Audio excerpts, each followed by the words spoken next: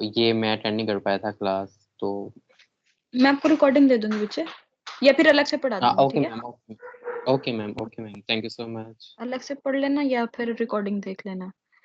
अच्छा, ये okay greedy okay. Search के बारे में हमने देखा था कि ग्रिडी सर्च ऑप्टिमल है या नहीं, जहाँ हम हमेशा सर्च को चेक करने के बाद हमारे पास जो क्राइटेरिया थे कंप्लीट है, ऑप्टिमल है, और वो वाले हम सारे क्राइटेरिया देख रहे थे। तो अब हम देखते हैं कि ग्रिडी सर्च हमने देखी तो क्या ये ऑप्टिमल है या नहीं है। तो ग्रिडी सर्च के बारे में हमने देखा कि हमारे पास जब हम ए से लेकर ई, जी और एच और आई से होकर आते हैं, तो ए, ई, जी, एच, आई इस पाथ के थ्रू हमारे पास 418 रास्ता जो है वो बनता है। इसका क्या कहते हैं इसको, पाथ कॉस्ट। तो असल में अगर आप डायरेक्ट किसी और रास्ते से आए तो आप मुझे बता सकते हैं कोई और रास्ता बनता है इसके अलावा जिसके थ्रू हम आई तक पहुंच सकें, उसकी क्या कॉस्ट बन रही होगी?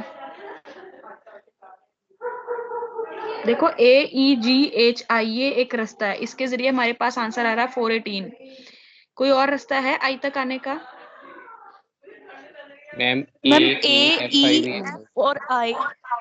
अच्छा, ए, ई, एफ, आई, इसको जरा प्लस करें, जरा क्या बनता आंसर?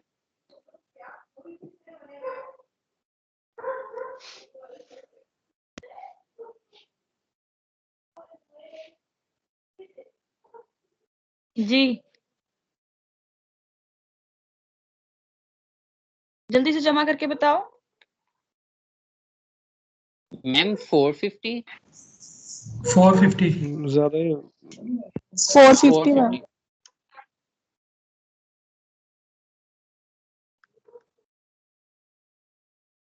450। 450। Yes ma'am. 200, 140, 99। पीछे जो हमारा पाथ आया था ए, ई, एफ, आई आया था, इसी ट्री के ऊपर इस्तेमाल करते हुए, इसी ट्री के ऊपर इस्तेमाल करते जो हमारा पाथ निकला था, और ए, ई, एफ, आई के थ्रू हमारे पास पाथ कॉस्ट क्या आ रही थी? 140 प्लस 99 प्लस 211, तो क्या बनती थी ये? 450।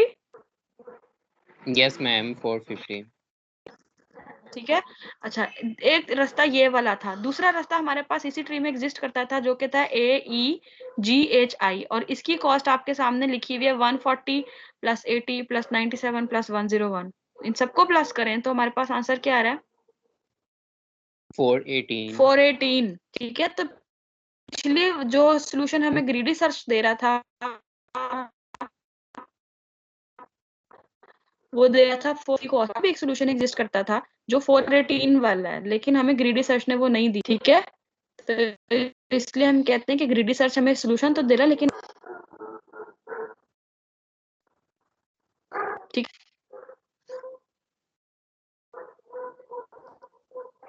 ओके मैम आवाज मैम आपकी कट रही है। आपकी आवाज क्लास। कट रही है। अच्छा, मैंने ये बताया था ये पीछे वाला जो हमने सर्च सीखी थी, ये वाली सर्च जब हमने सीखी ग्रीडी सर्च, तो हमने देखा था इसके अंदर जब हमारे पास ए से लेकर गोल नोड आई तक हम आते थे तो हम 140, 99, 211 इस पाथ से होते हुए आते थे, और हमारे पास कॉस्ट बनती थी 450। सही है, ये हमने लास्ट लेक्चर में देखा है। Yes ma'am. लेकिन अब हम देख रहे हैं उसी के ऊपर अगर हम ग्रीडी सर्च अप्लाई ना करें तो एक और पाथ भी एग्जिस्ट करता था ए, ई, एफ, आई के अलावा ए, ई, जी, एच, आई, और इसके थ्रू हमारे पास जो आंसर आ रहा है that is 418 which is less then 450।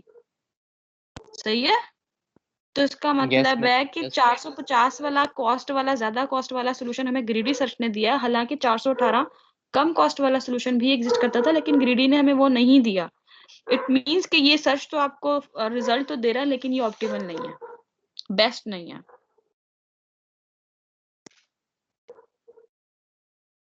ठीक है, यस मैम। ओके। उसके बाद हमारे पास है जी, क्या ये आपको हमेशा रिजल्ट देता है? क्या आपको ये हमेशा रिजल्ट दे देगा? अच्छा, इसके अंदर देखिएगा पिछले हमारे पास सी की वैल्यू जो थी दैट वाज 329। ह्यूरिस्टिक, अगर हम इसकी ह्यूरिस्टिक 329 की बजाय इसकी ह्यूरिस्टिक 250 कर देते हैं, सही है, सी वैल्यू जो है वो 329 ह्यूरिस्टिक की बजाय अगर मैं यहाँ पीछे वाली सर्च पे दोबारा चलते हैं तो हमारे पास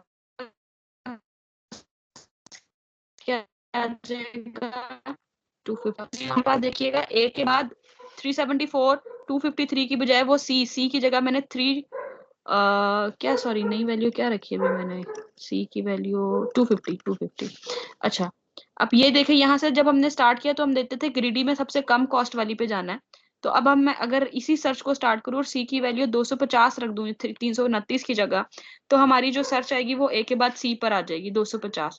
फिर 250 के बाद हम आगे फर्दर जा रहे होंगे, जबकि हमारा जो गोल नोड है, आप इस ट्री को अगर देखें, अगर मैं ए से स्टार्ट करके सी वाले रास्ते पर जाती हूँ फिर उसके बाद डेफिनेटली डी पर ही जा रही होंगी और कोई रास्ता भी नहीं है, तो इसका मतलब है मैं इस पाथ पर चलते हुए कभी भी अपने गोल नोड आई तक नहीं पहुंच सकती। इसका मतलब ये हुआ कि हमें ये ग्रीडी सर्च हमेशा रिजल्ट नहीं देता, ठीक है, इसलिए it is not complete. Understand? Yes, ma'am. Okay उसके बाद हमारे पास आ जाता है ग्रीडी सर्च के अंदर ट्री सर्च, और ये देखिएगा यही एग्जांपल जो अभी मैंने आपको बताई थी कि 250 वाली को एक्सपैंड करें, सॉरी 250 वाली सी की वैल्यू चेंज करके अगर 250 कर दी जाए तो सी पर आएगा, सी के आगे हम सिर्फ डी पर जा रहे होंगे, और इसी तरह से हम जब डी के ऊपर आएंगे तो हम देखेंगे क्योंकि ये हमारा जो ट्री है वो जो है वो 2 वे इसके ऊपर नोड बनाई हुई है उसने, तो वो कहता है अगर हम डी के ऊपर खड़े हैं तो डी के ऊपर हम मजीद देखते हैं कि सबसे कम कॉस्ट कहाँ है, तो वो उसके बाद हमें वापस सी के ऊपर ही ले जाएगा। सी के ऊपर खड़े होकर अगर मैं देखूं कि मैं कहाँ जा सकती हूँ तो मैं डी के ऊपर ही जा सकती हूँ, और इस तरह करके ये एक इनफाइनाइट ब्रांच बन जाएगी। इनफाइनाइट तो बन जाएगी लेकिन सोल्यूशन आपको कभी भी नहीं मिलेगा। Even incomplete infinite state space much like depth first search, ठीक है, ये फिलहाल के केस में तो ये इनफाइनाइट है, लेकिन अगर ये फाइनाइट भी होता तो उस केस में वो क्या कहता है कि आप जो है वो सिर्फ लेफ्ट साइड पे ही जा रहे हैं, सिर्फ लेफ्ट साइड पर जाते जा रहे हो, आपका गोल अगर राइट साइड पे पड़ा जैसे डीएफएस में होता है तो उस केस में आपको कभी भी गोल नहीं मिलेगा। इसलिए हम कहते हैं कि ये कंप्लीट सर्च नहीं है, ये जो सर्च है ना ये कंप्लीट नहीं है, इनकम्प्लीट, ठीक है। तो ग्रीडी सर्च की टाइम एंड स्पेस कॉम्प्लेक्सिटी अब हम देख लेते हैं, तो हमें ये पता चल गया कि ग्रीडी सर्च जो है वो या ऑप्टिमल भी नहीं है, and number 2 it is also not complete. Worst case में टाइम और स्पेस कॉम्प्लेक्सिटी ग्रीडी सर्च की जो है वो big O of B raise to M, और B इसमें ब्रांचिंग फैक्टर है और M इसमें मैक्सिमम पाथ लेंथ का, ठीक है। अच्छा यहाँ तक तो हमने इसकी सारी जो क्या कहते हैं हम प्रॉपर्टीज को देख लिया।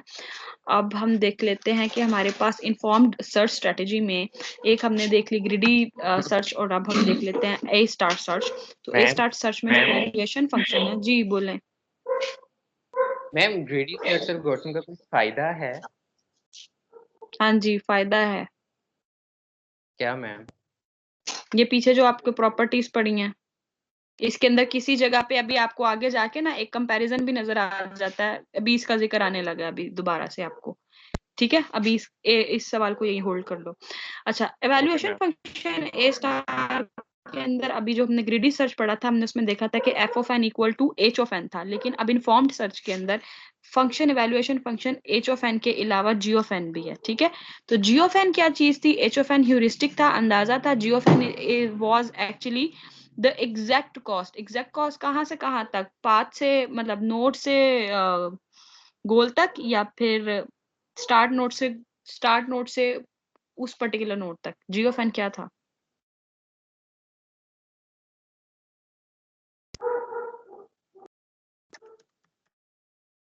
तो आप ना दें,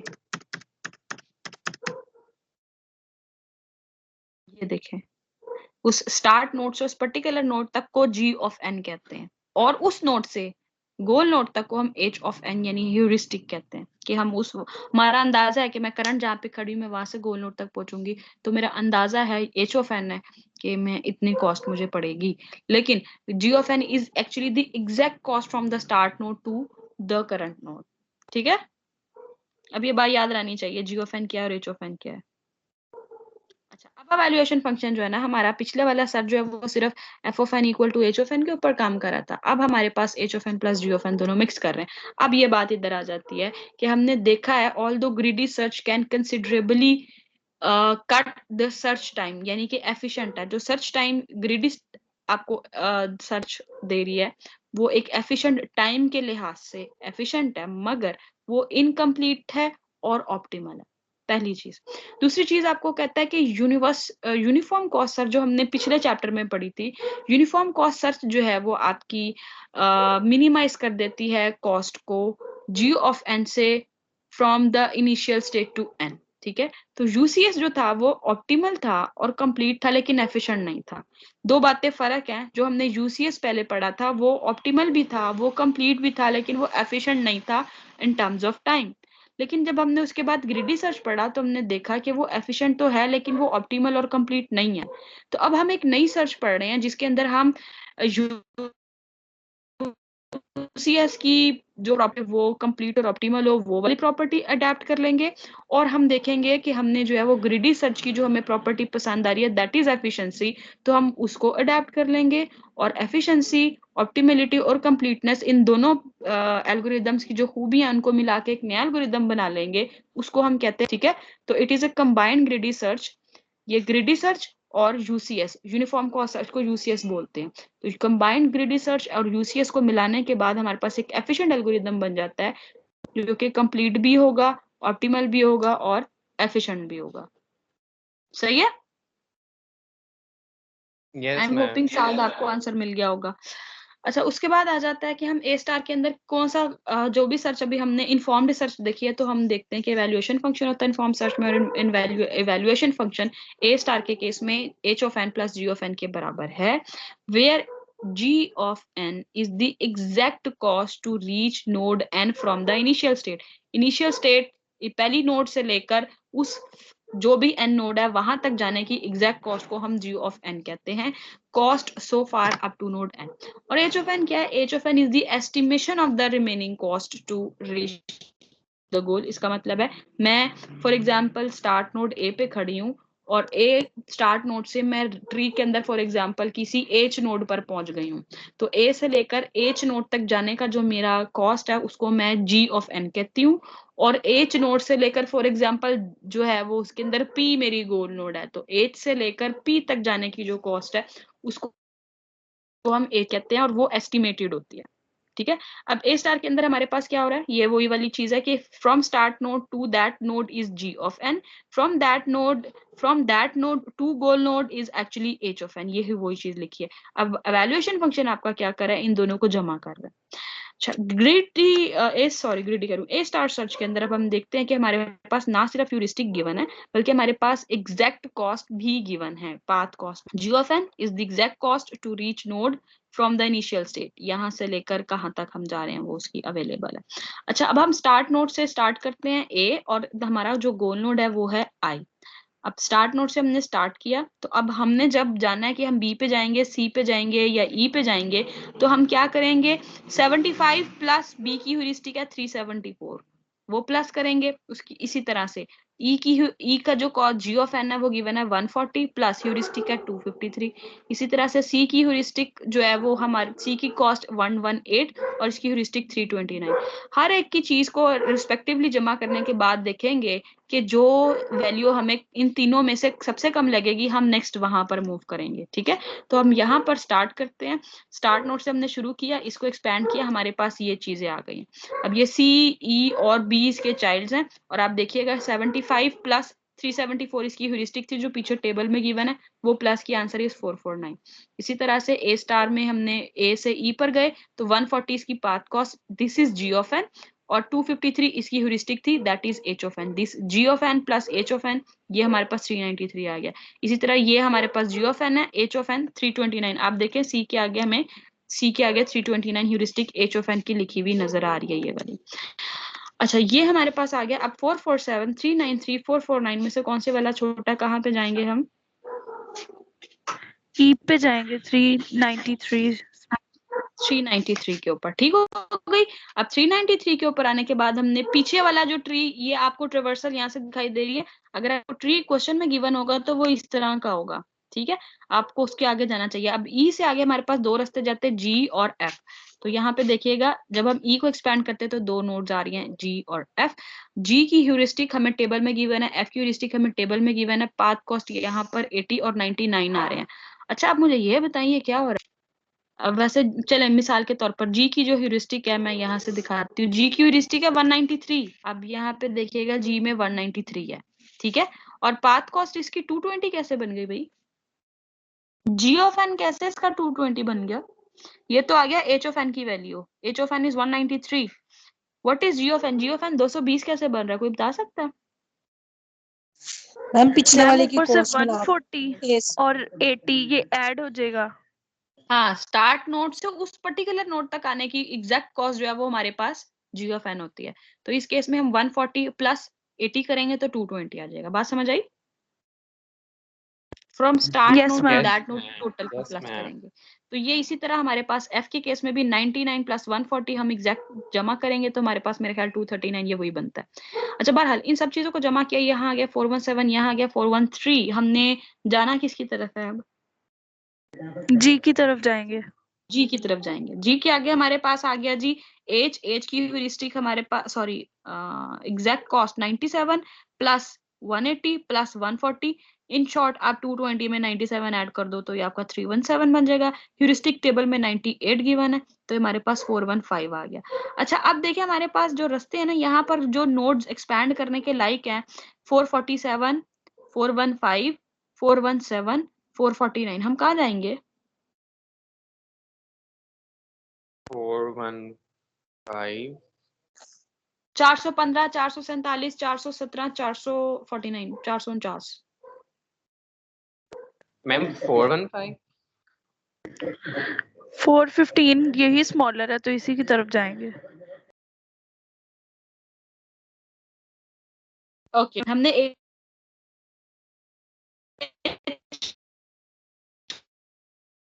को ऊपर ऊपर भी नजर आ जाएगी। अभी हमने एक्सप्लोर नहीं किया उसको, ठीक है, अभी हमने सिर्फ एक्सपैंड किया, विजिट नहीं किया। अब हम एज को विजिट कर लिया और हमारे पास के पास चाइल्ड इसे क्रिएट हो गया आई, और आई की कॉस्ट 418 है। अब देखिए आपके पास unexpanded not visited in short कौन कौन सी नोड है? 447, 418, 417, 449। किसके ऊपर जाओगे? मैम रूल के मुताबिक तो 417 पे जाना बनता है। रूल बिल्कुल एग्जैक्टली रूल के मुताबिक 417 पे जाएंगे। और 417 जब एफ को हम एक्सपैंड करेंगे तो पीछे ट्री में देखिएगा एफ से आगे एक नोड या दैट इज आई। देखिएगा ये एफ से आगे आई, एच से आगे भी आई, दोनों का बस एक ही चाइल्ड क्रिएट हो रहा है। खैर ये हम एफ से आगे आई आ गया, ठीक हो गई। अब आई जब हमने एक्सपैंड किया तो यहाँ पर हमने इसके एग्जैक्टली फाइंड किया कि 140 प्लस 99 प्लस 211 दैट इज 450। और मैंने आपको बताया गोल नोट की ह्यूरिस्टिक हमेशा 0 होती है क्योंकि किसी भी चीज का अपने आप से फासला 0 होता है। 450 ये आ गया, अब 418 ये आ गया। अब हम कहाँ पे जाएंगे? 418। 418 ठीक है। और यहाँ पे हमें पता चला कि हम गोल नोट पर पहुंच चुके हैं। तो अब देखिए आपका पाथ बन रहा है ए ई जी एच आई, और इस ए ई जी एच आई में जो चीजें प्लस हो सकती हैं वो 140, 80 प्लस 97 प्लस 101 दैट इज 418। तो आपकी जो गोल तक पहुंचने की कॉस्ट आ रही है दैट इज 418। समझ आई बात? यस मैम, लेकिन मैम हमने तो एफ को भी चेक किया था ना, तो क्या वो पाथ में नहीं मैम? ठीक है मैम, वो नहीं होगा। ठीक है। Yes ma'am. अच्छा, ये हो गया हमारा ए स्टार सर्च।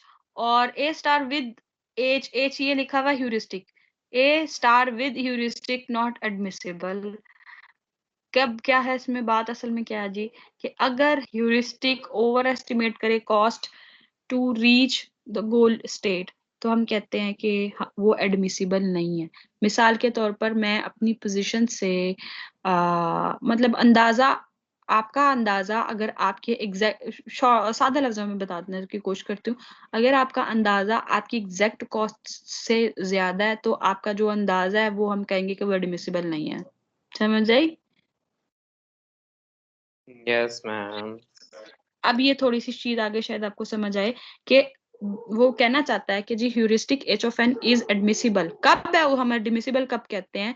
अगर h of n never over estimates the cost to reach the गोल।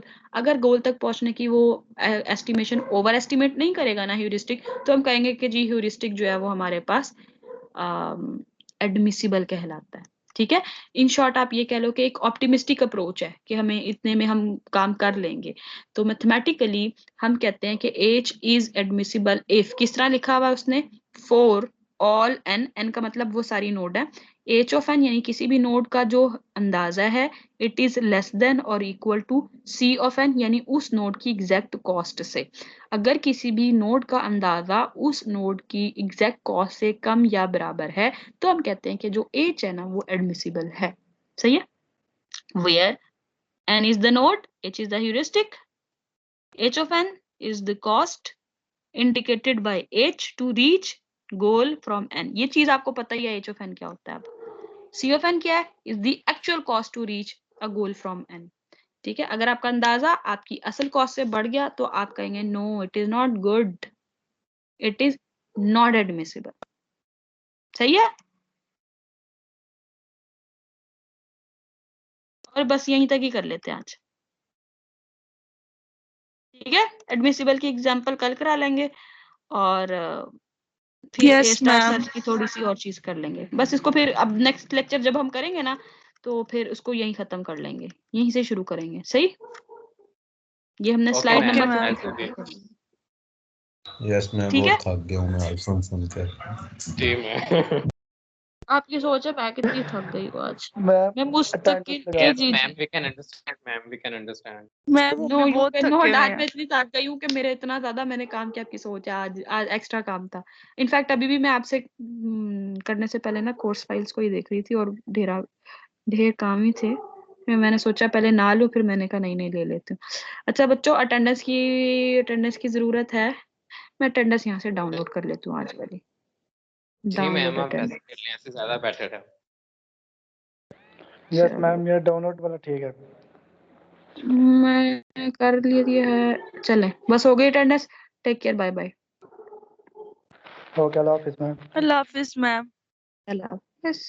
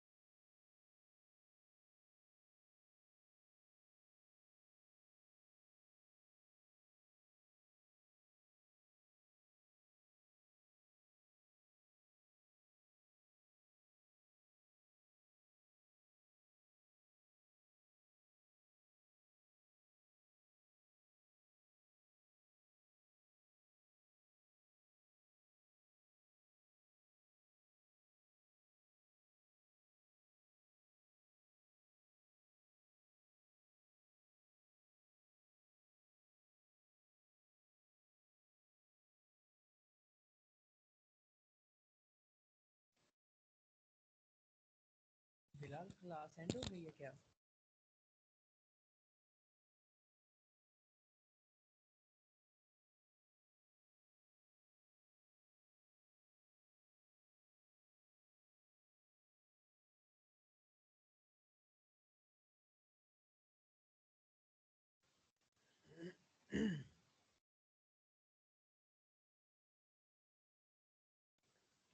भाई इधर है कोई? बिलाल, रहमत किधर हो? भाई क्लास एंड हो गया क्या? हाँ भाई, बोल क्या है? मैं पूछ रहा हूँ क्लास एंड हो गई है? नहीं भाई, अभी तो चल रही है यार। कॉमन सेंस लगा, क्लास खत्म हो चुकी है।